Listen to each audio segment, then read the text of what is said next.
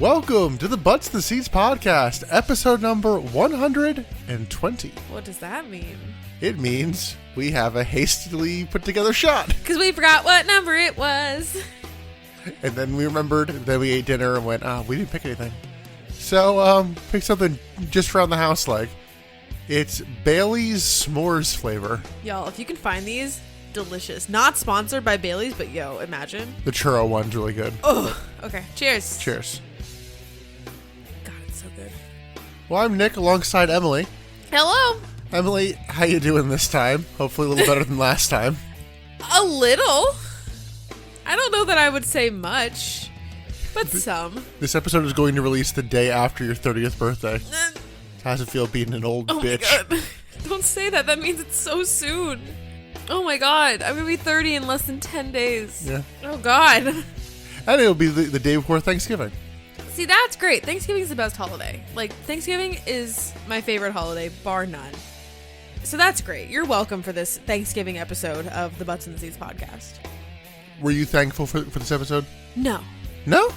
I thought this was a good show. It was so fine. I think it was a good show relative to the other shows. Babe, I watched it twice, and I'm not sure that I remember everything. Well, today we're talking about a special Tuesday Nitro. They only mentioned Tuesday once. Well, you're already here. I know, but they only mention in the whole broadcast that it is not on its normal night one time. Usually Tony Schiavone goes pretty deep into the, we're at a different time, folks, tell your friends. No, he said it one time. Yeah, I guess there's the case for, hey, we're on tonight, so remind your friends they're not here. But he was really pushing that when we were just an hour off. Now we're a whole day off, and he's like, yeah, fuck your friends. Well, this Tuesday Nitro is the July 18th, 2000 Nitro, live from Auburn. I say live. This show seemed to occasionally pre-taped. You think but so? I can't find any evidence of that. I didn't feel like it was pre-taped.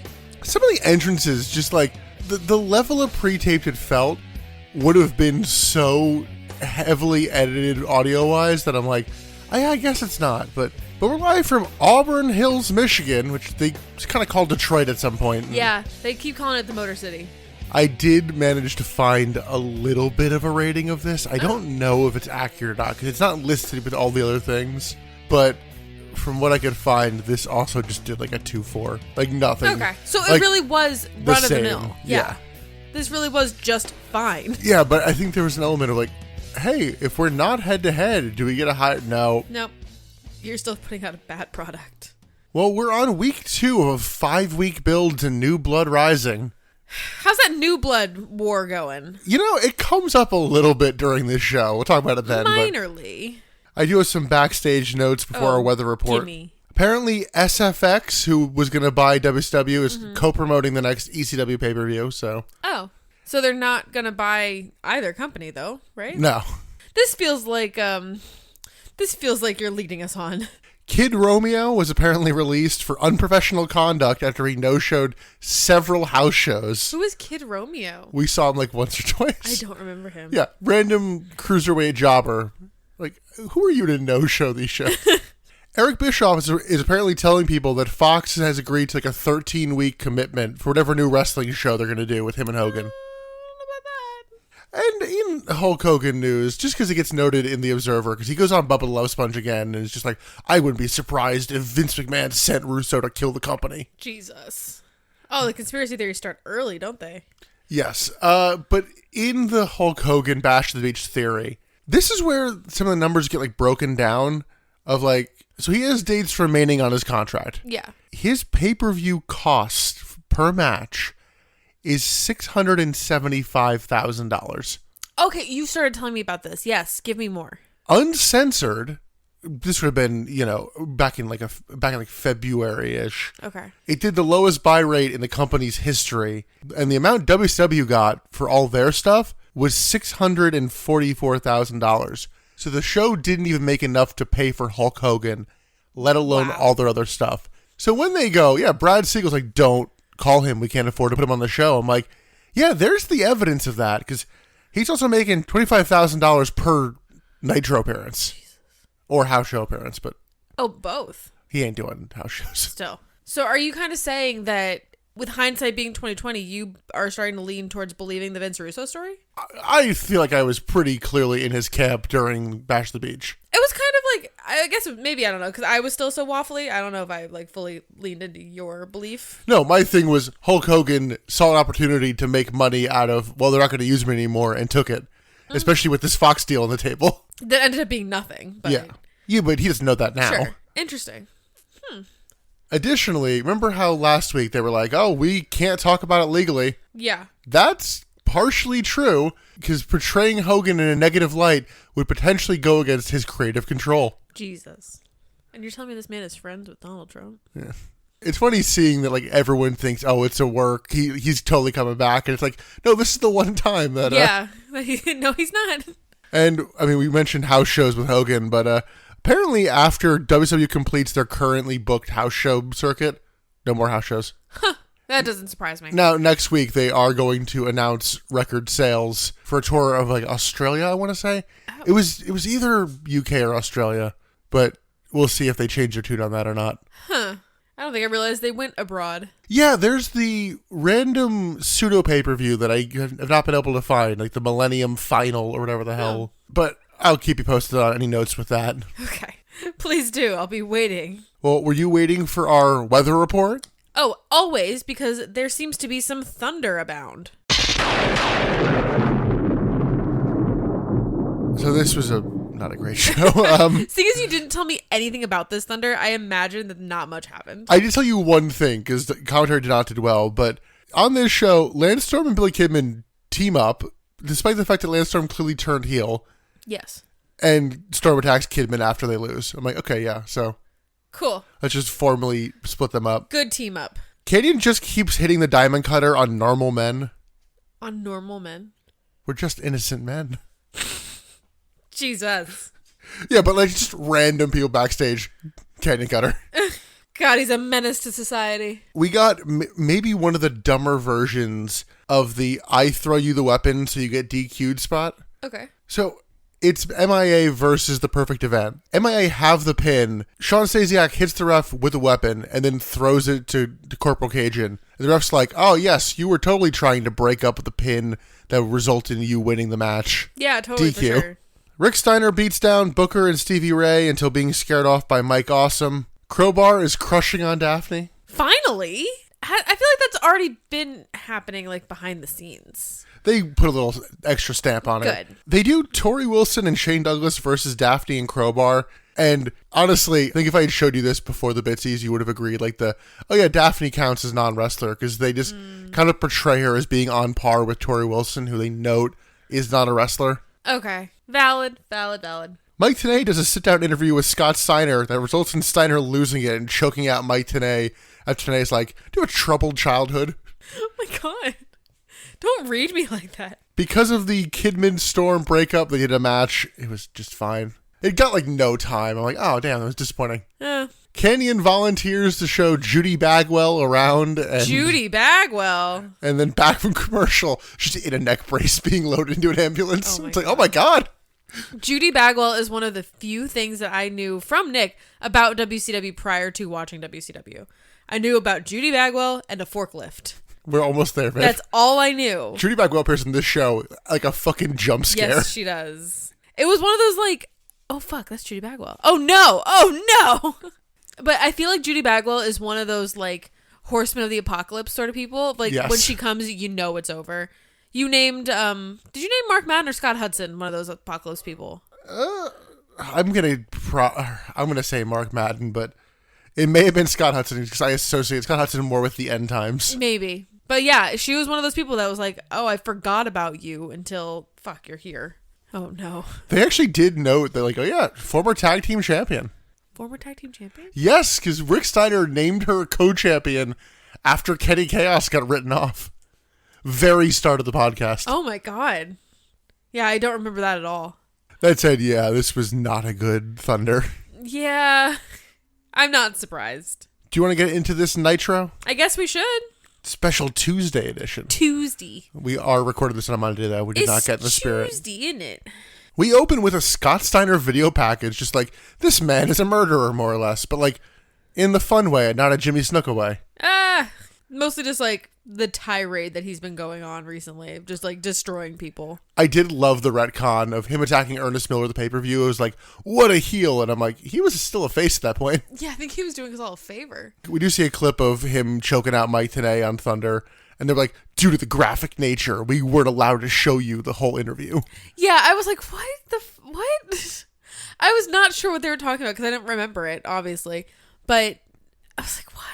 What could be so graphic that we haven't already seen? They also like seem to imply that he's suspended again, but he's not. Scott Steiner? Yeah. No. In here, they're like, oh, various suspensions. And like, but overall, this was a good package of like, oh, there's a killer on the loose. There's a killer on the loose. No, seriously, it was. It was a good package. We don't get packages like this very often. And we go right from that to Scott Steiner murdering Booker T's car. Yeah, and this is also where we realized that Stevie Ray is on commentary for like a hot second. Yeah. Because they don't introduce commentary right away, but they cut to Scott Steiner destroying this car, and you just hear Stevie Ray's voice go, oh, that's my brother's car. He just bought himself that. Well, I'm like, oh, hi, Stevie, I guess. He does flub his line on it because he starts saying he got in the car, and then he has to go, oh, no, he got it for himself. Oh, my God. That said, Mark Madden is also here. So it's a 3-man booth right now of Tony Schiavone, Stevie Ray, and Mark Madden. Rick Steiner shows up to get Scott to stop. It's like, you're doing this the wrong way, man. Come on. So I think there could be a good story to tell there with like Scott being on a fucking rampage and Rick being the one to like talk him off the ledge. I think there's a good story to be told there. They're not telling it. Even through the episode, they're not leaning into that. I think I realized how much people didn't like Rick Steiner around this time. Really? Yeah. Everyone thinks he's pretty shit. Oh, I disagree. We then get the opening pyro and a very rare sight. It's the Nitro Girls. The Nitro Girls! I was so happy to see them, but unfortunately I was a little sad to know that we don't recognize like any of them. Yeah, it was very Patrick Star. Who are you people? Literally. There was one girl that we recognized. Everybody else was new, which unfortunately means they're still casting these girls and they fired a bunch. And by the way, Stacy, who won the Nitro Girl contest, nowhere to be seen. I don't think she's ever performed with the Nitro Girls since winning that contest. Oh, she wasn't on this episode at all, was she? No. And also, we had the Nitro Girls. No Spice. Where's the beef? Where's Spice? Oh, fucking, you're talking about actual beef, aren't you? Yeah. No. I want to see Spice. Spice. Beef. Oh, no. Tag team. They should have done it. Did Randy Savage call this? Ernest the Cat Miller comes out to the ring with the Nitro Girls. And, like, Pyro goes off in the corners, which the cat seemingly forgot about. Because, like, he's about to do his promo and, like, almost, like, jump scares him. He forgets that the pyro was going to go off. So Commissioner Cat says tonight there will be a U.S. title tournament. That'll be most of tonight. First round, we have Canyon versus Mike Awesome. Lance Storm versus Buff Bagwell. Vampiro versus the Great Muda. And the Franchise versus Kidman. Your ass just got franchised. I'm like, all these matches sound good on paper. They actually do. And then I'm actually happy they did the whole rundown of the tournament. Like, they didn't just give us a bracket and be like, memorize this. And 3 seconds later, cut away. They actually said them all. Because that just, like, give us something to know that we're getting into. Like, we're looking forward to all 7 of these matches. The cat then says he has rules for the live crowd here. Don't talk too loud. Don't block the view for the other fans. And he's running through this. We see backstage, Scott Steiner just sees a monitor and smashes it. He's headed towards the ring, and his theme hits. The Nitro Girls fucking scatter. Like, get out of here. Yeah, they don't need this smoke. We get one security guard in the ring to stop Scott Steiner before he gets the cat, and he immediately bails. It was more like a kid on the playground of like, no, I can stand up to the bully. It was so cartoon is what it was. It was very like this happened in Rugrats. Yeah, the fact that it was one lone security guard, I'm like, really? Yeah, and it was not like a big dude either, but it was also not like a comically scrawny guy. I don't know. I feel like this guy was unscripted. It was the same guy that was on the beach at Heatwave. It's a very normal aggressively normal. We're just normal men. So Steiner chokes the cat and wants a title shot. Booker T comes out to make the save. Rick Steiner comes in and the numbers game gets to Booker. Stevie Ray comes in from commentary to even the odds. He mostly gets worked over as Booker works over Rick Steiner. It's a weird duality here. Duality of man. Security comes in to separate everybody. The cat comes back in the ring, calls Steiner a stupid bitch again. Why is this a theme that I love? But calling Steiner a stupid bitch? Like, right to his fucking face. Because he's so big and veiny that, like, if you say it too many... It's like that balloon game in Mario Party. If you say it too many times, he's gonna pop. Well, the cat also goes, I'm not going to give you a title shot. What I'm going to give you is my ass so you can kiss it. Great line. Great line from the cat. The cat then books Scott Steiner versus Goldberg, and Steiner is being held by like 4 security guards just screaming, "You're going to die." I'm like, oh my God. You're a dead man. So we have a main event tonight. It is Scott Steiner versus Goldberg, which that's totally a heel versus heel matchup. We're totally keeping Goldberg a heel and not just quietly ignoring any semblance of that. Babe.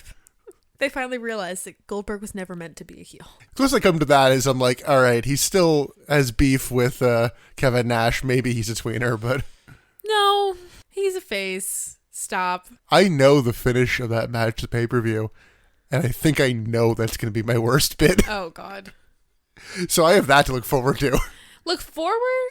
But we go straight from that match being booked to cutting backstage, and they seemingly fuck up a camera cue, because it's Buff Bagwell and Judy Bagwell, but we just cut to a close-up of Judy Bagwell's face as they're like kind of walking through backstage. Like, yeah, as if we're supposed Judy's to know here. who this is without, like, this is one of those, if you didn't watch Thunder, you have no idea who this old woman is. Like, how am I supposed to know? If you started watching Nitro in the last 18 months, you wouldn't know who this person is. I need a lower third. I need an introduction. Something. And also, in terms of weird cutting, this is more of a Peacock thing, but we just like cut to like a 2-second ad for The Sixth Sense on VHS. Very quickly. Yeah. It's a sign of the times, I guess. I don't know. I guess I did not realize when The Sixth Sense came out. I have no semblance of time for when that actually came out. I thought that was an 80s movie. I thought it was 99, so... I mean, I guess It came out on VHS or something. Movies were on a more delayed kind of thing there, so... Yeah, things took longer. Back at commentary, Stevie Ray has rejoined the team as the three check in, and Tony notes the cat is now the ref for Goldberg versus Steiner in our main event. Stevie Ray gets asked about Scott Steiner, and almost immediately, we just see Jeff Jarrett just like very casually, non-sneakily sneak through the crowd, over the barricade, tap Stevie Ray, and hit him over the head with a guitar. I will give him credit. He does not tap Stevie Ray on the shoulder and be like, "Excuse me." He does like get in front of him, grab his arm, and like swing him toward him. Okay. Yeah, I did watch that one back. But Stevie Ray should have had some sort of like situational awareness if there's something going on behind him. He has no peripheral vision. Nope, zero. But it's like, let me tell you about that sucker. Bam! It was pretty great, actually. It was great comedic timing. Yeah, the timing was I don't think it was meant to be comedic timing, but it was fucking great. So good. I don't know. There's just something about that guitar shot that like gets me every time. Especially when it's on commentary, like not used in a match. Like, ooh, it's good. Jared dons the headset after like trying to untangle it on Stevie for a little bit. Stevie's legs are just sticking up in the air this whole time too. So he has the headset. He says that was a warning shot for Booker T. Does a nice hard sell for the pay-per-view. Like hits the date. It's like, all right, you and me for the title. Now choke on that, Slapstein. Slapstein. Fucking lore building is this? I don't know. So Jarrett then leaves, and Tony Schiavone just starts talking about the rest of the show with Stevie Ray just like... Legs up. Just like, yeah, it's fine. Face down, ass up. That's the way we like to work. It's like laying there like groveling in pain, and it's like, well, I'm sure someone's going to come out here to help him. We have a show. And I'm like, anyway, the Tony, show must go on. A man is dying. Yeah, he's fine. Like, they just don't even give him like a, hey, you all right? No, not even. It's just like, well, he's there. Well, fans, you've seen this. Anyway, moving on. It literally is that meme of, oh no. Anyway. Literally. So they talk the U.S. title tournament, and that brings us into our first match.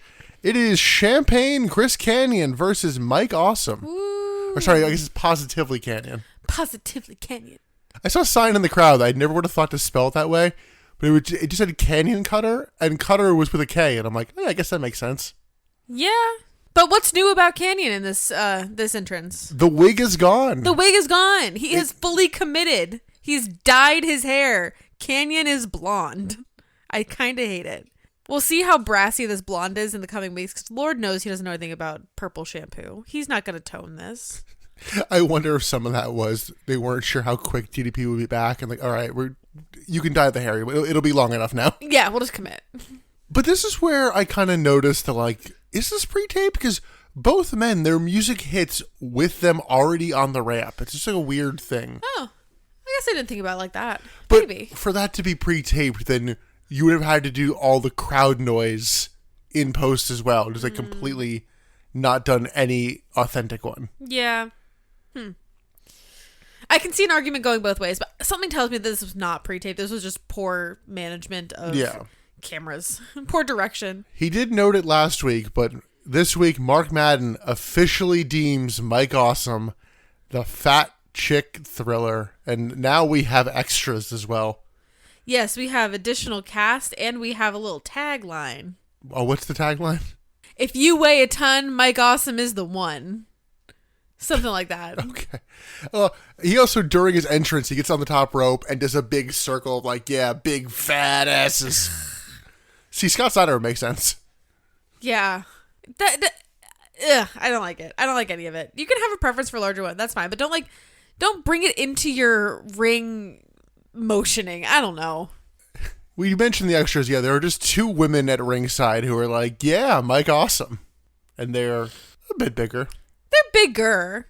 They're not whales that you would think that you would think they were based on commentary. Like, oh, they gained 40 pounds in the last 10 seconds. Like, Jesus Christ, man. They're large, but they're not like my 600-pound life. Like, yeah, they were not in Viking attire. Thankfully. These women can and do get in the ring. Spoilers. You say that like oh, Tope Suicida. No, I'm saying the Viking women couldn't get in the ring last time when they were dressed in the armor. They couldn't get in. Then you get Buff and Judy Bagwell coming out to the ring for, if you didn't watch Thunder, seemingly no reason. And they kind of explain that Canyon not really hurt Judy Bagwell, but like not really. They explain it in like a one-off passing line. Like barely mention it. Awesome quickly hits a diving back elbow and goes up top for his diving clothesline and a running splash. Canyon hits a swinging neck breaker and a flapjack. But Awesome knocks Canyon to the floor and hits a diving clothesline over the top rope. And I'm like, that's a cool spot. I'd love to see the whole shot and not just 98% of the shot with a little lens hood in the corner. Let it go! Fix your camera. Did you mention that Judy Bagwell's on commentary? I guess I didn't because, yeah. Buff you would never know it. Buff talks. Judy's just there. Weird moment. I don't know what the hell to make of this. That he's like, you doing all right, babe? Like, calling your mom babe just feels weird. I feel like I've seen people do that. I feel like a term of endearment, not really a term of, like, sexy. Maybe it's just a southern thing. Maybe. It's like hun, it's like sweetie. Awesome then sets up a table at ringside, but gets low blowed, and Canyon hits a canyon cutter through the table. Yes. Commentary did raise a weird point of, they're like, why does he break this out if he knows he has at least 2 more matches after this if he keeps winning? And I'm like, because if he awesome bombs Canyon through it, Canyon will die and he will win easily. Yes. The match will be over. Then he has more time to recover. Canyon celebrates, does not try to bring Awesome in the ring or anything. By the way, soft DQ for the table involvement, but whatever, man. Fucking whatever. I have a more egregious one coming up here in a second because Canyon goes over to taunt Buff and Buff goes to attack him after like, how can you just stand there? It's like, you know what, you're right, and goes after him. Canyon low blows Buff. So Judy Bagwell just comes in throwing hands. Oh my god, she is throwing hands at Canyon. I don't know if this is meant to be just like a pushover or actually a cannon cutter and Judy can't bump, but she just topples. Buff comes back over, brawls with Canyon. The ref fully sees this. Then they go in the ring. Ref also sees like all of this. Buff hits the blockbuster. Commentary's like, oh, well, the referee's tending the Mike Awesome. I'm like, how? Also, then count him out. Right. Awesome tries for the pin, but Canyon kicks out and then almost backslides Awesome. Awesome hits a German suplex and a running Awesome bomb and gets the pin on Canyon. Mike Awesome advances. Moving around to Mike Awesome. Woo! Post-match, the 2 heavy women throw in some bloomers. Okay, again, it's not the fucking 1800s. We're not wearing bloomers anymore. I got deeply worried when I saw them throw them in. Why? Because I saw a red patch. And I'm like, oh. It was a little like flower on like, it was one like of the a legs. little bow or something. But like in the pile, I'm like, oh my God, what are you about to do? Like, oh, okay. That would have been awful. I don't think that even like the most vile brain backstage would even think about that. Men don't think about women menstruating, so they wouldn't have thought about that. I remember funny thing is, it's post Russo, and I really would have blamed him. They do the evening gown match of Gerald Briscoe and Pat Patterson, and they do fake blood and poop on the underwear. Ew. Yeah. Thank God for Crash Holly ending that match. God. Oh yeah, he's not doing great in the year 2000 at this point. Who's not? Crash Holly. Oh. He apparently hit like strike 3 of somehow 4 because he like passed out at some signing event. Oh. Yeah. Crash. Let's move on from that depressing note, but actually ask thoughts on this match? I have a feeling I'm gonna hate the Buff and Judy bits moving forward. Yeah. But yeah, again, thoughts on the actual like in-ring content? Oh, it was fine. Yeah. Mike Awesome has his shining moment this episode, and I feel like I'm not going to hate him as a wrestler by the end of this episode. Oh. Yeah. I was very happy that they had Canyon kick out of the Blockbuster, because I'm like, if you're trying to put Mike Awesome over, him winning with like, oh, because Buff Bagwell hit his finish, that's why he wins. I'm like, no, I'm glad Awesome won with his own move. Yeah, I agree. I was actually visually like, oh, that kind of sucks. Oh, good, he kicked out. Okay. Yeah, and you know I love Canyon, but I just don't know that I love him fully being in this DDP gimmick because he's not himself anymore. The book's gone. Yeah. Let's go backstage. Pamela Pumpkins, which Mark Madden refers to her later as her legal... Pamela Paulshock. I would say her legal name. It's not her legal name, but as Pamela Paulshock, and it just sounded wrong to me. And I'm like, Emily has done it to me. She's here with a cutie, Lance Storm. Lance Storm is having none of this flirting. Wrestling is serious business. I'm from Calgary. I'm the best at this. He's so hot. Well, she starts that, and then by the end, she's like, can you believe this guy? I'm like, you're the one thirsting. One. Come on now, girl. The one thing of like new intrigue he mentions is that if he wins the title, he claims it's going to be renamed the Canadian title. Which valid. I mean, he's Canadian. Why would he have a United States title? He's Canadian. Well, Brett did, but... Yeah, fuck him. Oh. Obviously not as much of a Canadian as Lance Storm is. We then go to the parking lot. Buff asks somebody, who we are later told is his brother. Yes. Like, well, okay, come on. You can't see the familial resemblance? They are the same person. I was ready for Scott Steiner to come in because there's a 98 promo where he's yelling at Judy, got any more Bagwell sons I can take out? It's like, yes, there are. He's like, hey, can you like take our mom out of here? It's like, all right. And then we see elsewhere, Canyon and Smooth are conspiring. Yeah, I continue to be very wrong about like, oh yeah, Smooth's gone. Nope, he's not. Yeah, he's going to disappear one day, but I just don't know why he's still here. Oh, speaking of things I'm wrong about, I'm curious to see if you're going to chastise me for being wrong about in the last appearance later on. But our next match, it's Buff Bagwell versus Lance Storm. Despite just doing a promo, Storm comes out with a microphone. This was when I was like, I feel like he's going to win this tournament. The fact that you're double mic timing him to try to get him heel heat. Oh. But he blames the crowd for his heel turn. And, like, he raises some good points of, like, it's not my fault. We have all these better, like, statistics in America. It's not my fault. We're higher educated. We've got lower crime rates. It's not my fault. Don't blame Canada. Blame yourself. Well, it's not wrong. Storm wants the national anthem played and is immediately attacked by Buff, which prompts big USA chants. Buff hits a swinging neck breaker, but Storm hits a jawbreaker and walks into a back body drop. Buff hits a 10-punch spot, and the two trade chops and strikes. Buff hits his double-arm DDT and signals for the blockbuster. And we suddenly cut to security footage. Nothing has happened yet. So it's weird we're already cutting to this. Because we get Smooth going up to Buff's brother going, oh, Buff's in trouble. He really needs you. And it's like, I'll look after Judy. We cut away. Lance Storm locks in his rolling crab, which is apparently called the Canadian Maple Leaf. I like that name. I think that's a great name. Buff is clawing to the ropes, and they're like, yeah, you tapped out. Like, what? Okay, I guess I thought that I missed something. No, because we also hear Judy scream, and we're like, what happened? Okay. Like, it's fully cut away at this point. Like, weird production and everything issues. Because we don't really see the end of this match. Really. Commentary, I feel like if he had actually done this, it would have been good. Is like, yeah, I don't know that Buff had to quit. It seemed like he tapped out to get out of the hold to go and inspect what's happening. But he doesn't even tap out. He's just crawling towards the ropes. Yeah, which would have been a break. I'll jump ahead a little bit just to explain what the fuck happened there. Because after the commercial break in a little bit, we see the footage. Canyon pulled Judy out of the car and then hit an off-screen Canyon cutter. Yeah, so once again... And we get Buff and his brother just over their, like, deceased mother. But she's fine. She's fine.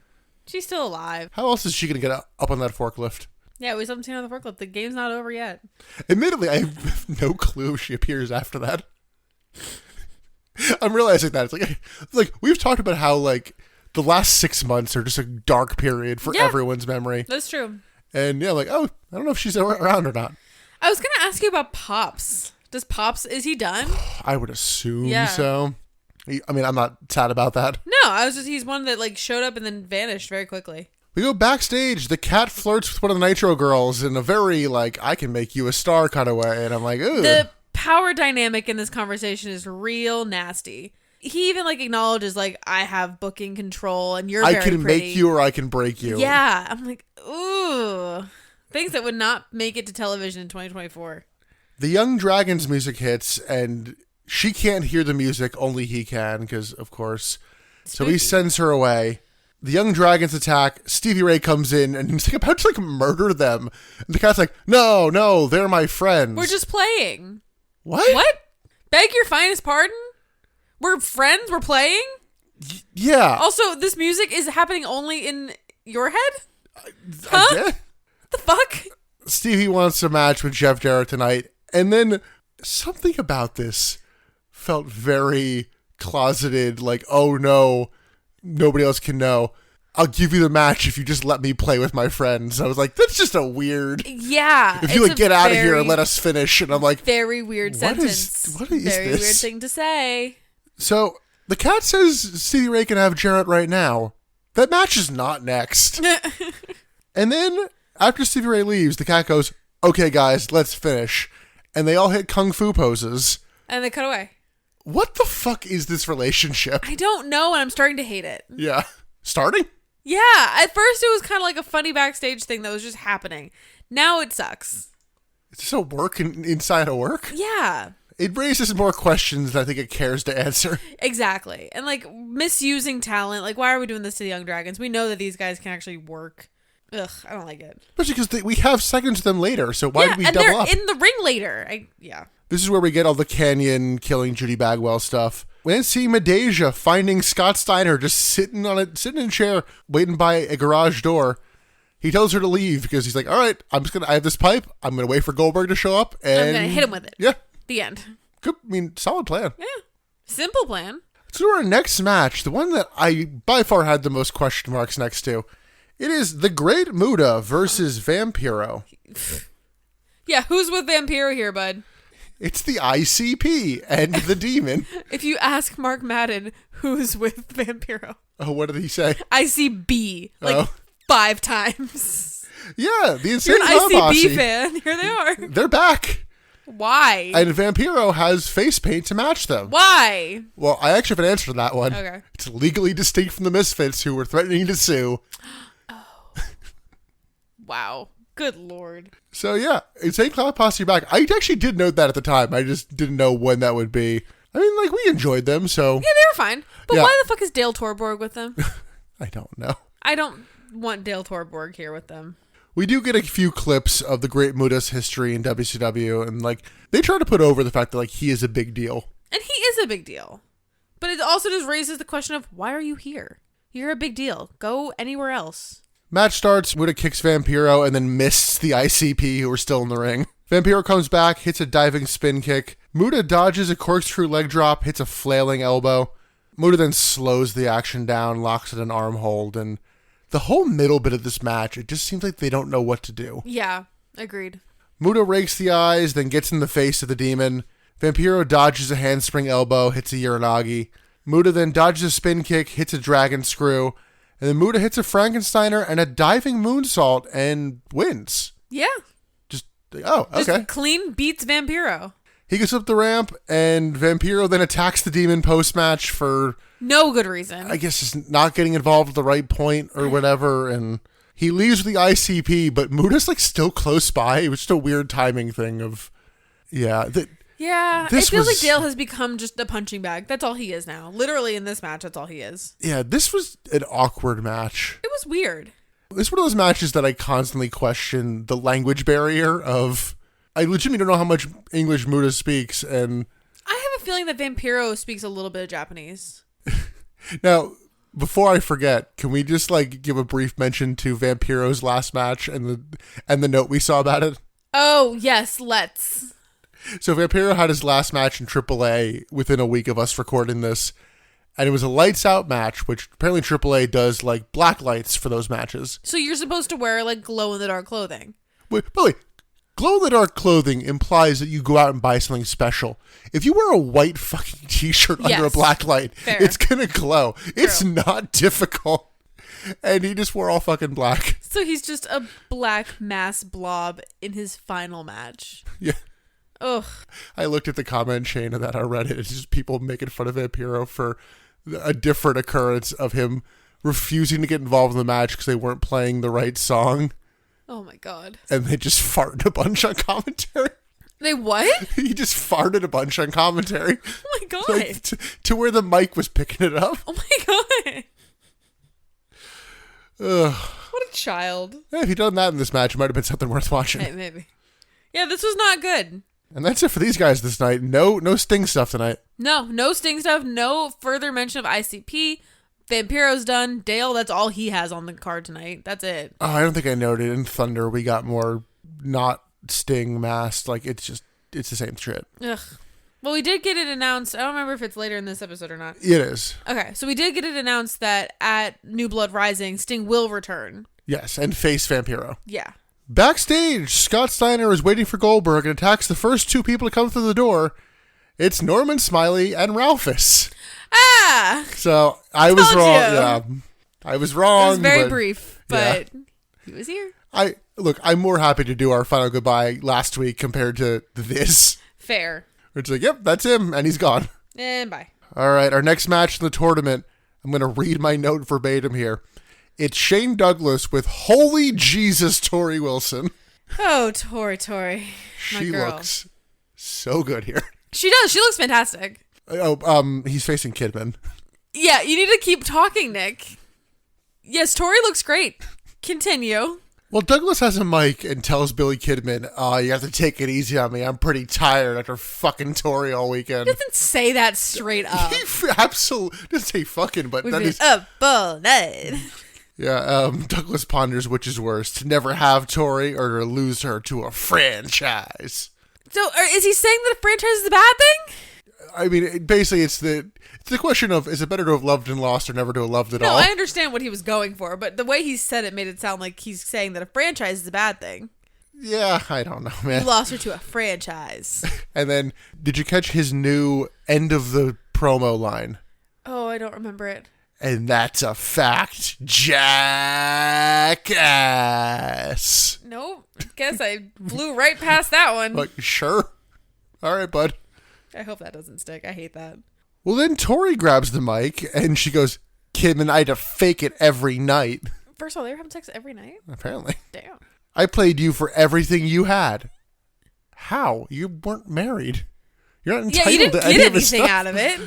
She's like, I got my ass franchised. I don't like that. No, I don't either. Just like being the franchise and being franchised, it's not as cool as they think it is. Also, I had to ask, was she reading cue cards? She memorized something. Because she is looking just like off camera the entire promo. Oh, I didn't catch that. It really just felt like she memorized and she was not going off book. Yeah, I don't know. Kidman comes out, and this is the first time I noticed that his entrance video opens with him botching a shooting star press. Oh, really? Yeah. Oh. It's from Road Wild, and he overshoots it. Well. I forget who he hit, but you can just see his knees collide with the person's chest. Well. Kidman runs out to the ring, gets stomped out by Douglas. Douglas hits a front-falling suplex and a reverse neck snap. Kidman sends Douglas to the floor and baseball slides him. Douglas runs Kidman crotch first into the ring post, and Douglas gets crotched going up top. Kidman hits a top rope Frankensteiner as Tori grabs a chair. Commentary did take note of something from the Scott Steiner interview. He's like, why you always call it a hurricanrana? It's a Frankensteiner. I like that impression. Do more of that. Kidman hits a head scissor and a drop kick. Tori then trips Kidman up into a Pittsburgh plunge. Kidman kicks out and they do a spot where they bump Tori off the apron on a roll-up. But when Douglas kicks out, sending Kidman into the ropes, Tori is back up and hits a chair shot on Kidman. Like, sure. Normally it's like women are glass, but... Tori is stronger than glass. Tori is plexiglass. Listen, this is why she's a fitness studio. Hell yeah. No, the women actually get involved tonight, and I kind of love it. I'm kind of here for it. That said, Kidman kicks out of the chair shot. Like, they got me there. I was like, oh, shit. Yeah? I didn't think he was going to get got by a chair shot. Well, just like, that felt like a finish spot. It could have been a finish. You're right. But, I don't know. Kidman counters a press slam with a sloppy bulldog. Kidman then hits his float over leg thing and then just turns around into a franchiser and gets pinned. So, fairly clean win there for Shane Douglas. And I'm like, oh, you got me, Russo. I expected you to do heel, face, the semifinals. You booked face, heel. Wow. Got him. It didn't feel like it, though. I stand by it. It didn't feel like it. What? The heel, face? Well, for round 2. It doesn't feel like it. Overall, this is a pretty decent match, though. It was fine, yeah. I mean, again, like, Shane Douglas is kind of showing up. I don't know. All the wrestlers that I kind of hate, I don't hate tonight. I know we're nearing these two's big match. Oh, really? Yeah. No, they have a big match. It's a pole match. What's on it? Viagra? Yep. I knew it. Yep, it's this story. Oh, God. Wait, why do either of them need Viagra? Well, apparently Billy has a small penis, can't get it up. I don't know. What? Look, I know it's not next week, so maybe they'll explain more. They're not going to. I know it's before New Blood Rising. Oh, my God. Let's go backstage. 3 count, head towards the ring with a ladder, and we see Goldberg arriving in the parking lot. Oh, that's not going to be good for him. Like an hour late to the show. You know, fuck it. He's here. Well, back from commercial, we see Goldberg like actually arriving. Then he just has like a very casual chat with just 2 lads backstage. So those guys looked really familiar. I didn't know him. Okay. But like not a very heel thing to do. I'm just like, hey, random people, let's chat it up. It's almost like he's not a heel. We see Scott Steiner is just still waiting. In the ring, Tank Abbott introduces 3 count. So they come out of the ring with the ladder, and their gold record is already hanging in the middle of the ring. So why are all of their ladder matches for their record? Well, they didn't really announce this was a ladder match until it started. Right. Well, you saw them with the ladder, so you kind of presumed, but like, it shouldn't be on, like, with something on the line every time. Well, last week wasn't a ladder match. They brought the ladder out to hang the record. So I figured, I'm like, are you getting it down? But why would it even be up? Yeah. And to add to that, commentary is like, hey, at New Blood Rising, it's going to be a ladder match of them versus the Young Dragons. Yeah. And the Young Dragons sneak in and everyone brawls. And they're like, oh yeah, this is a ladder match too. I'm like, why? Tank Abbott joins commentary as we just kind of get some sloppy ladder action. Like they're moving too fast here. It just felt like they had a lot to do and they were cramming it into no time. But because like they wanted to do their dance, they wanted to do like the whole intro, they wanted to get the Young Dragons into like sneak it. Like there was just so much happening and like very little of it seemed to be wrestling. We also get a lot of spots for Lion on, they put a ladder across the top rope in the corner and do not balance it properly. Mm-hmm. And it's like, oh, that's the crux of this match. Oh my God, that scared the crap out of me because they really did not test. It felt like they were doing that on the fly where they just like conceptualized it but never tested it. So they put that ladder up and like sprawling between the 2 corners. And I swear I was ready for that thing to flip and them to slip and break an ankle or a knee or something. Well, I was ready. Jamie-san hits a fucking like superplex from the ladder. And then we get a few missed dives, including like Shane Helms goes for a dive. And I somehow managed to like clip the ladder on the way up and down, it seemed like. Jeez. Courageous does a helicopter spot with the ladder and takes out everybody, including his partners. Tank Abbott then is like, we're going to win. I'm going to go to my dance spot. And Courageous then tipped off the ladder. And I think Tank catches him too late because it looks like Tank catches him as he lands right on his fucking feet. Oh, jeez. And immediately Evan Courageous like grabbing the ankle, and I'm like, that's either good selling or you got. I think he got fucked up a little bit. Jamie-san then grabs the gold record, and the Young Dragons win. And I saw someone talking about this like, I did not verify this literally might be the quickest ladder match of all time. Really? I mean, it was 3 minutes, quick. maybe? Yeah. And so little of it was like actual ladder-based offense. Yeah, it's rare to get a random ladder match on TV to begin with. And pay-per-view, you're going to give it more time. Yeah, so that's true. Yeah, unless there's one that's like, you know, a symbolic match, someone just climbing the ladder and winning. I don't see a scenario in which you do a quicker ladder match than this. Especially when there's 6 people in the ring. Yeah. Yeah, you're probably right.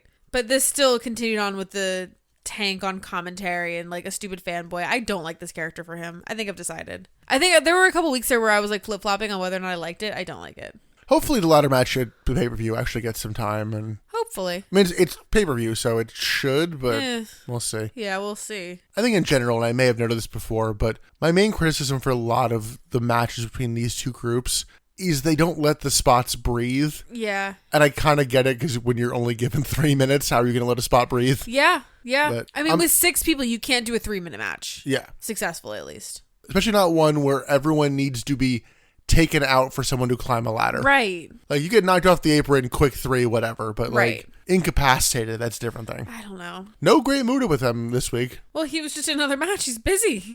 Doesn't stop He's everybody. about to be in another one. Well, before that, we go backstage. Goldberg arrives to where Steiner is, and I'm like, I think the door gets shoot locked here. Oh, really? Because Steiner has to like casually tap it open, like tap the press bar open with his foot. Okay, I was wondering, because this kind of feels like it gave his spot away. I think that was, oh no, the door's locked. Oh my god. I hope that's true. It's the opposite of the Chris Jericho where the door is supposed to be locked and he just pulls it right open and is like, hey. So Goldberg dodges the first pipe shot and Steiner breaks the window part of the door. Yeah, see, this is the thing where it's like Steiner gave his spot away just too early. Now Goldberg can be on the defense and like dodge, like bob and weave here. If he had actually gotten surprised by Steiner, he would have gotten some hits in. The two just kind of brawl. Goldberg throws Steiner into the garage door, and security comes in to break it up, but like kind of fails. So a bunch of wrestlers come in to break this up. Yeah, like the whole locker room comes out. I mean, I stand by. They're making a great job of Scott Steiner look unstoppable. It's true. And we got another shot of Rick trying to talk Scott down. Again, like the only person who can talk sense into him if they wanted to go that route with the storytelling.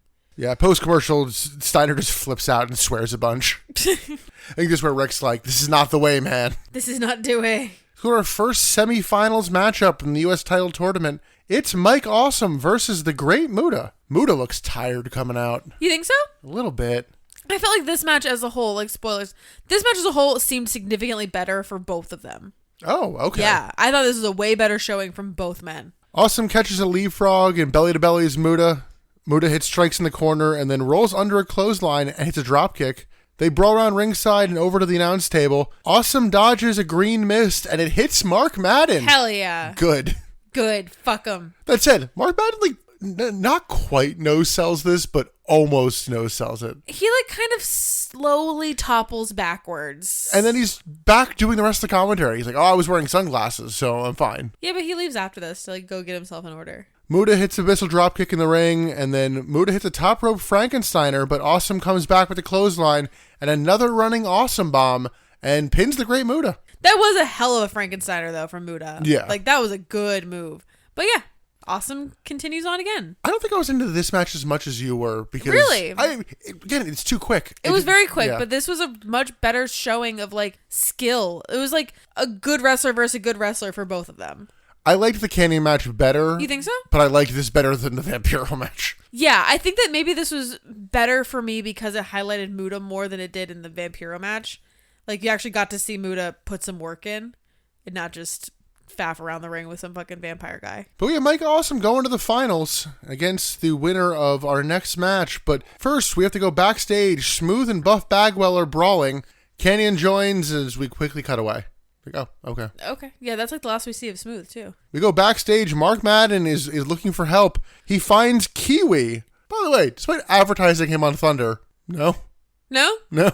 We still have no backstory on Kiwi. No. Cool. But anyway, he goes to Kiwi to find somebody to help him with the stains in his shirt. And he walks up to Kiwi and is like, hey, you, can you help me with my shirt?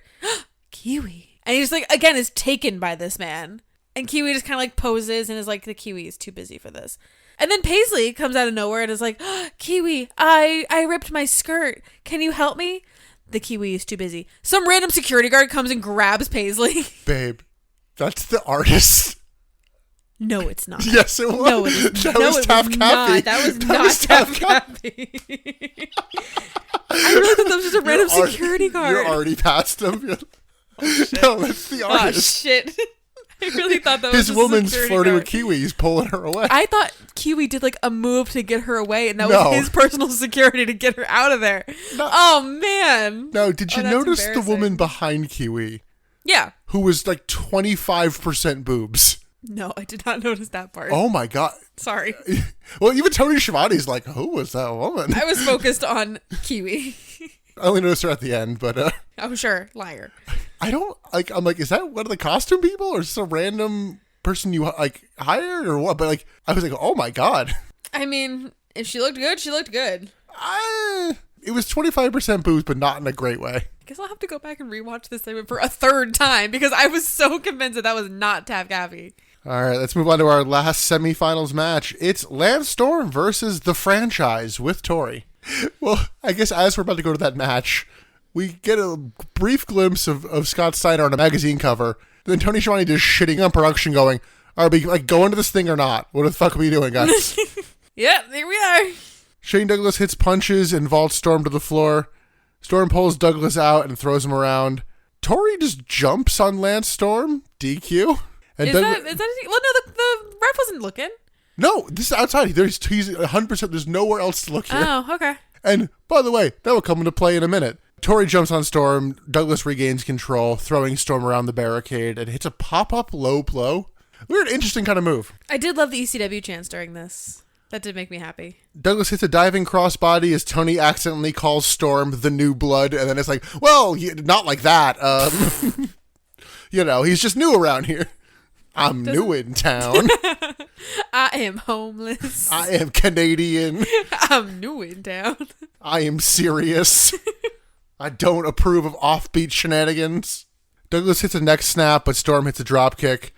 Douglas hits an atomic drop and clothesline before claiming Canada sucks. And I'm like, you're the heel. What are you doing? Douglas then hits 2 snap suplexes and a Falcon Arrow combo, which commentary was like, hey, Lance Storm's got to appreciate that. That was pretty impressive. I mean, it was good wrestling. Again, this is kind of where I'm at with like all the men that I don't like to watch wrestle. Mike Awesome, Shane Douglas, Lance Storm. I'm actually kind of enjoying. Jeff Jarrett. No, I like watching Jeff Jarrett wrestle. Oh, sorry, yes. I like that's the his only part wrestling. you like him. I'm enjoying watching these men wrestle. I usually fucking hate them, but I didn't hate this match. I thought this was kind of fun. Douglas hits a power slam, and it's like, Lance Storm has not gotten like any offense in this match. It kind of feels like. No? It seemed weirdly put together. Like, not much. Then cut to Kidman sitting in a chair, like at the top of the ramp, just eating popcorn. Yeah, he was like straddling the chair, sitting backwards on it, just eating popcorn. He does a cute little wave down to the ring when the camera cuts to him. I loved that. Lance Storm hits a knee breaker and a sidekick. Storm stops a Pittsburgh plunge, but runs into a belly-to-belly. And Tony Schiavone's like, yeah, Billy Kidman can't come down to the ring because of the no interference rule the cat has laid down. What? I'm like, we're bringing that Pardon? bullshit back? I don't remember this at all. Tori as the manager getting involved, that's fine. I don't remember Buff any Bagwell? of this. Yeah. Yeah, don't mention that for Buff. Crazy. Interesting. Wild. Storm pokes Douglas in the eye and then locks in a half crab while using the ropes for the win. So, heel versus heel. The heel still cheats to beat the heel. Kidman runs down and attacks Douglas. He gets Tori in a headlock while like sitting down in a chair. I don't know what he was even remotely going to go for. Yeah, I don't either. It was just like attacking the woman. I don't know. Storm comes back, so Kidman drop kicks the chair into Storm. Lance Storm is going to the finals, but Billy Kidman stands tall. I still loved the shot of Billy up the top of the ramp. I don't know. I thought that was great. Hello, I'm here. Fuck you. This reminds me of, there's a shot the night after the invasion ends on Raw that's like, you'll notice a chair next to Jim Ross. It just cuts to him. Hi, Vince. Yes, I remember this. Vince. Yeah, this match was good. I mean, again, weird structure. I felt like it would have made way more sense. Also, considering they're kind of fucking feuding, have Kidman beat Shane Douglas, and then you have a face-heel match in the semifinals of Lance Storm and Kidman, who have issues, and then you have Douglas cost Kidman. That is storytelling 101, my guy. They skipped that class. No, swerve, heel, face. Yeah, Vince Russo didn't take that class. He decided that he knew better. Yeah, still no on-screen appearances of him yet. That's okay. I haven't missed him yet. Will you? I don't know. We'll find out. So we have our tournament final. It'll be Lance Storm versus Mike Awesome. But to get these men a breather, we have a match in between. We see Rick Steiner talking to Madeja backstage, and then Stevie Ray headed to the ring. Ooh. And he's headed to the ring for Stevie Ray versus Jeff Jarrett. Yeah, I feel like we got to this really quickly. I don't know. This show had a really high, like a faster pace, I thought. Like I watched this episode twice, and both times I was like, oh damn, we're already like towards the end. Like that was a quick tournament. I mean, yeah, I think that's partially because with few exceptions, there's nothing that we were sitting there watching going, ugh. Yeah, and there's something to be said for that. Like that's why I don't love a 15-20 minute match, usually. I get it, I'm a hypocrite, whatever. For more on that, listen to our Patreon review of Evolution. Hey, shut up. But there's something to be said about quick, fast-paced matches really keeping the pacing up. Especially in a tournament like this, you need them to be short and fast-paced. They need to keep going. I think it helped that they picked people who could wrestle more than one match. Yeah, that too. And it's not, all right, here's the Junkyard Dog going to go 3 matches deep in tournament or whatever. No. Oh my God, what was that, WrestleMania 4? Yeah. Fuck that. I think he's only in round 1 of that one, but still. That was the worst WrestleMania. So far. I think it's as Jeff Jarrett comes to the ring for his match, Tony Schiavone notes that, like, all right, we have a few matches set for New Blood Rising. They hit Jeff Jarrett, Booker T again. It's like, kind of assumed that one was set, but sure. Yeah. We also have Sting versus Vampiro, Shane Douglas versus Kidman, and then a 4-way tag match of Chronic, The Perfect Event, MIA, and Jindrak and O'Hare. I forgot Jindrak and O'Hare were here. Depending on how that goes, that might be fun or might be a mess. We'll see. Can't wait to find out. Stevie rushes the ring, hits a bicycle kick and a power slam. Stevie keeps dominating Jarrett and throws him onto the announce table and then just like chokes him. Jarrett hits punches in the ring until Stevie hits a spine buster and Rick Steiner runs out. Steiner distracts the ref as Stevie Ray hits his shit pedigree. Do you remember the name of this? No. The Slapjack. Oh, yeah, that rings a very vague bell. I was mostly focused Because on Madeja at this moment. He also had a slapjack weapon. That's why it was always confusing. Oh, sure. Yeah, Madeja goes up to the top rope and dives onto Stevie Ray. Oh my God, I loved this. I loved this for her. Dives into the back of the head of Stevie Ray. Yeah, she like kind of puts her arms around his neck and is just like trying to pull him down after diving on top of him. I love her. Jarrett hits the stroke, gets the win as we get a massive banner for OneWrestling.com going across the back of... And they cut away from that pretty quickly. I think it's a dead link now. Yeah, no kidding. Post-match, Rick Steiner and Jarrett beat down Stevie until Booker makes the save because that's pay-per-view match. We got to do that. Talk about a quick match, though. Yeah. Holy cow. Talk about needing a match to breathe. I wrote pointless match, but did note the weird lack of anything substantially Booker on this show.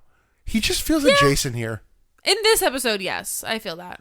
But this was just like so quick. It didn't make either man look good. It didn't put either man over. Like I feel like they're trying to do more with Stevie Ray because Booker T is the champion, and it's just not working. Well, I've never seen Stevie as like a big main event talent, and the fact that he was kicking Jarrett's ass for most of this, I'm like, kind of just brought Jarrett down. Yeah, that's valid. They don't seem interested in that title match. No. Are you interested in that title match? No, but it feels like they're trying hard because they know they don't care. Yeah, they have to really put in the work to give a fuck. We see backstage, Scott Steiner is still flipping out, and then to contrast, Goldberg is quietly stretching. And then we get our U.S. title tournament final. It is Mike Awesome, the Fat Chick Thriller, versus Lance Storm. See, stop with that gimmick, and this is a really good match. I mean, the gimmick doesn't come up in the bell to bell. No, correct, but it's in the pre-bell and the post-bell. I cannot prepare you for how bad his next gimmick is. Oh, God. It happens in like 3 months. We have another gimmick? Yeah. Oh, he has at least 2 more. Jesus. Mild spoilers for the lesser of the 2. He will become Canadian somehow. Sure. The man from Tampa. He's going to hang out with Lance Storm or something, I bet, right? Yeah. Yeah, they're going to team up. We have some time before that, though.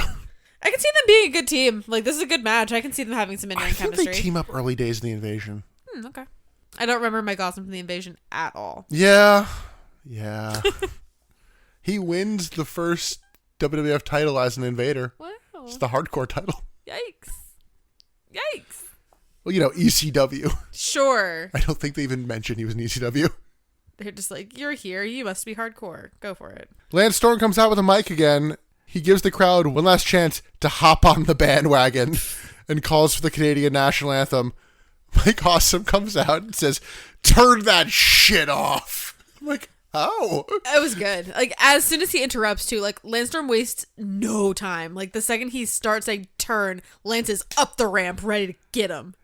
They start brawling on the ramp, and Awesome drops Storm on the barricade and whips him between the two sides of the ramp. Awesome hits Storm with a chair in front of his fans, and Storm hits Awesome with the chair twice, and then leg drops Awesome's head on the chair. Storm chops Awesome, but it just fires him up until a poke to the eye. Awesome hits a massive sit-out powerbomb. Like, good God, man. Awesome then splashes Storm in the corner and goes up top for a diving splash, but Storm gets his knees up. Storm goes for a tornado DDT, but, like, I guess Awesome counters. It's a weird spot here. I don't know what they were going for, because Awesome, like, gets his leg tripped up in the ropes, and yeah, I guess Storm sells like it got countered, so he's also just a consummate professional. Probably just ran with it on the fly. Awesome then goes up top for a top rope Awesome bomb, but Storm counters, hits a superplex. Awesome catches a springboard, hits a belly to belly.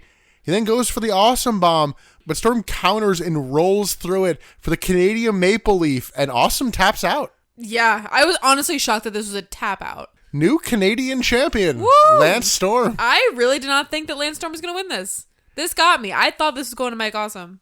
Post-match, the two large ladies console Mike Awesome. He feigns being more hurt, so they help him more. Yeah. It's kind of cute. This was a good match. Yeah, I really like this one a lot. Me too. I think I like this better than the Canyon match. Good, because it is. It is better. Yeah, it just less fuckery going on. Yeah. And good use of the tournament to get a new guy over. Yes. I think that's why I was so like set on it being Mike Awesome, because there's no way they're going to give the championship to a new guy. But I was wrong. It's funny, you mentioned WrestleMania 4 before. That's like the one saving grace of that show is that it gets somebody new over. True. Imagine Hogan just wins. No, every other WrestleMania. Yeah. No, but just like, yeah, he just steamrolls everybody, wins, and it's over. It's like, that'd be terrible. Yeah, this, I believed both men could win, and it's like, yeah, you brought in Lance Storm and immediately are putting a title on him. I mean, good, like, as they should. That's what they have to do, is build new stars. I mean, look at who are the current champions. It's Booker. Fuck, is it Chronic or Perfect Event who are tag champions? I don't know. I think it's Perfect Event. Yeah. I think the title match on Thunder. I think. No, it is in fact Chronic. God damn it. But I mean, look, new-ish guys. It's not Hall and Nash. Wait, the champions right now are Booker T, Lance Storm, Chronic, and Chavo Guerrero. Oh, Chavo's a champion right now? Cruiserweight title. Oh wow, I forgot. So yeah, it's not the same old. Would you say it's new blood? Well, it's like he's new here. Yeah, why are they backpedaling on that? That's like the whole point. Yeah. They're distancing themselves from New Blood right before New Blood Rising. Yeah, why? Well, you can't have R&B security anymore. Oh, shit, you're right, because that was Russo and Bischoff security. Yeah. Wow, I didn't think about that either. All right, who can they promote up that has a B in their name? Bagwell. Oh, Christ. Who else? Squad. Anybody. The contract does say Bagwell, but it reads Judy Bagwell. Oh, Jesus Christ. Fucking Booker T also would have been a B. Booker, yeah. Well, speaking of Booker, backstage, the cat knocks on Booker's dressing room. It's like, all right, let's talk before this match. Like, oh. Okay, sure. This seemed shady. And it was shady. Kinda. But I think so. Time for the main event. It is Goldberg versus Scott Steiner with 5 minutes left. Yeah, well, it was 6 minutes when they started their entrances. By the time the bell rang, it was 5 minutes. Yeah, Goldberg does not get any sort of walk through the back. It's like, nope, he's here. We are running out of time. We got shit to do. Yeah, special ref, the cat, he comes out first, and then Booker comes out, who joins commentary. And then Scott Steiner comes out, and someone tweet in if we're wrong about this. Scott Steiner comes out wearing the chainmail. I cannot remember him coming out in the chainmail during our run. And I went back a bit. I did YouTube searches, admittedly. I didn't go through each Peacock thing. Trying to find entrances and segments with him prior to this time. None of them have it. Everything I'm seeing with him with the chainmail is after this point or in a different company. I really think we've seen him with the chainmail before. I don't know. It felt weird to see. It felt like new. Familiar. But I that's think it's kind of because the we've problem seen with him. how much yeah. we watch. Yeah. So if anybody can recall him using it before this, let us know. I will not accept Wikipedia going, he started wearing sunglasses and chainmail. Yeah. They list that in like 98. I'm like, well, when did you start wearing the chainmail? Yeah, he's wearing sunglasses, sure. Goldberg gets a face reaction and Goldberg chants when he comes out. Bell rings. We got 5 minutes left. Steiner overpowers Goldberg to start and drops the flexing elbow. I think Goldberg got a little mad about that because he hits one of the stiffest forearms in the back I've seen. Ugh. And then hits a butterfly suplex. Goldberg stops short of crashing into the corner, but gets T-boned by Steiner. Goldberg hits a big shoulder block and then knocks Steiner down, and then he hits his big press power slam. Steiner gets the boot up in the corner and hits a spinning belly to belly, and he goes for the Steiner recliner, but special ref the cat, I think, tells him that move is banned. You can't do that. Oh, is that what he was saying? That's my I guess. thought that the Steiner recliner was locked in, and the cat would not call it and say that Goldberg was passed out. Because he kind of was. Yeah, commentary does not do a good job of telling us what's happening here. Because, they've not officially unbanned that move. I've not heard them say that. So fair. The move was banned as of 8 days ago. Yeah. And he has not won a match since then. So yeah. That said, Scott Steiner knocks out Ernest Miller. So Booker T goes to check on him. Steiner begs Booker to get in the ring. Booker obliges, and the two brawl. Booker then jumps over an incoming Goldberg spear, which hits Scott Steiner. Professional that he is, Booker got his leg clipped a little bit and is slapping the leg to sell it. Oh. And I'm like, good on you. Okay, I'll take that. Booker hits a Harlem sidekick. Then we hear the Wolfpack music hitting. What? Kevin Nash is back. It's been 8 days. And he's not alone, Emily. He doesn't have Scott Hall. But he's got a beer. He's got a beer. Comes out drinking the beer, puts it on the ring steps, goes in, jackknives Goldberg after flipping the double bird, then jackknives Steiner, and just kind of gives Booker a look, goes to ringside, grabs his beer, toasts the crowd, and we're out of time. It was I've been hanging out with Steve Austin. A little bit. Yeah.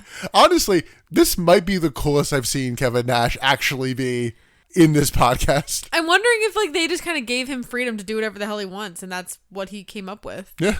Just because we talk about this, we like the idea of Kevin Nash as a person.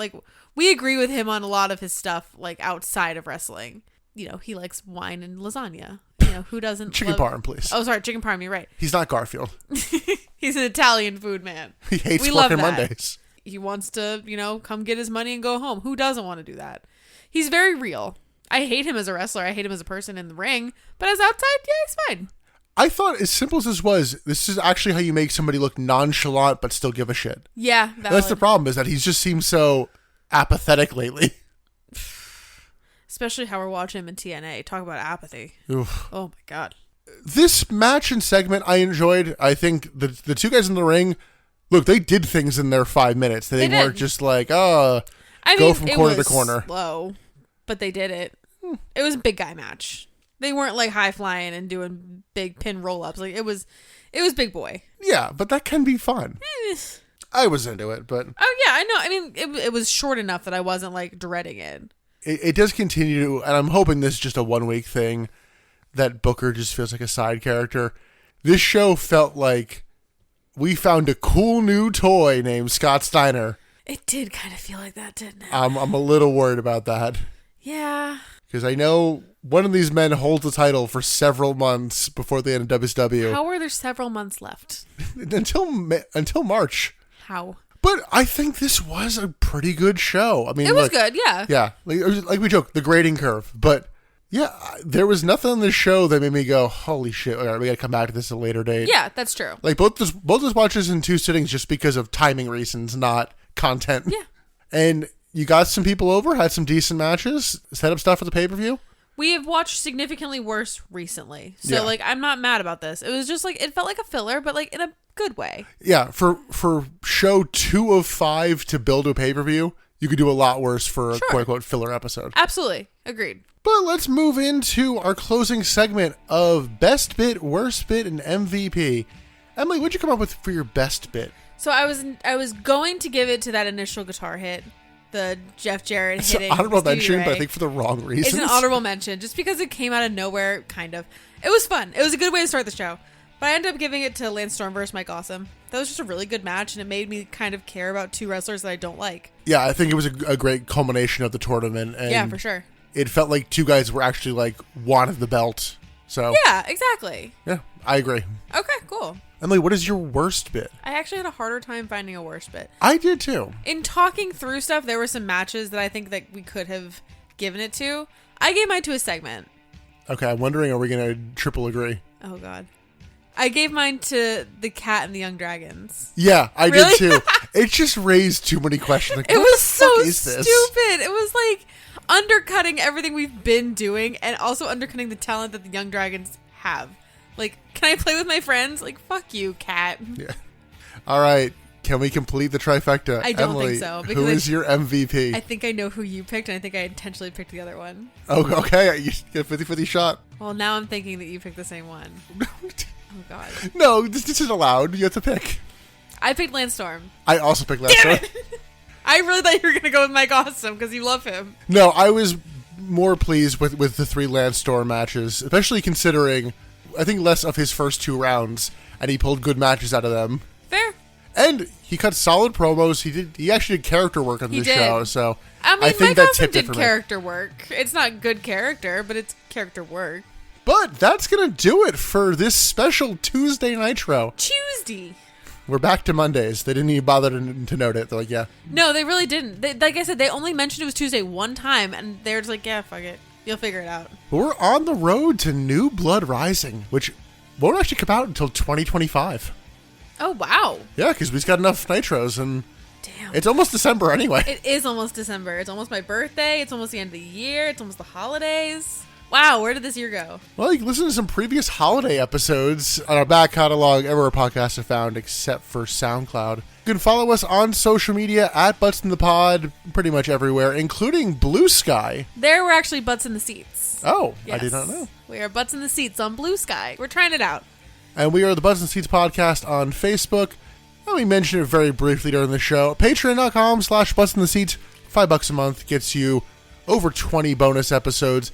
We just did WWE Evolution to escape and applaud women a little bit. Cleanse the palate of the last couple of weeks of being an American. And don't worry, right after that we're going to conspiracy theories, because I had to decide whether or not to do it on January 6th, right after the inauguration, or, fuck it, let's just shift some stuff and do it before. Yeah, it's probably a better idea. And then after that is our continuation of the new Monday Night Wars. We'll be hitting Lockdown 2010. Lockdown. Emily, any closing thoughts before we get out of here? It's your final recording as somebody who's not 30. Woo! 30s! 30, flirty, and thriving. I'm thriving. But until we hit Judy Bagwell on a forklift and Viagra on a pole, I'm Nick. I'm Emily.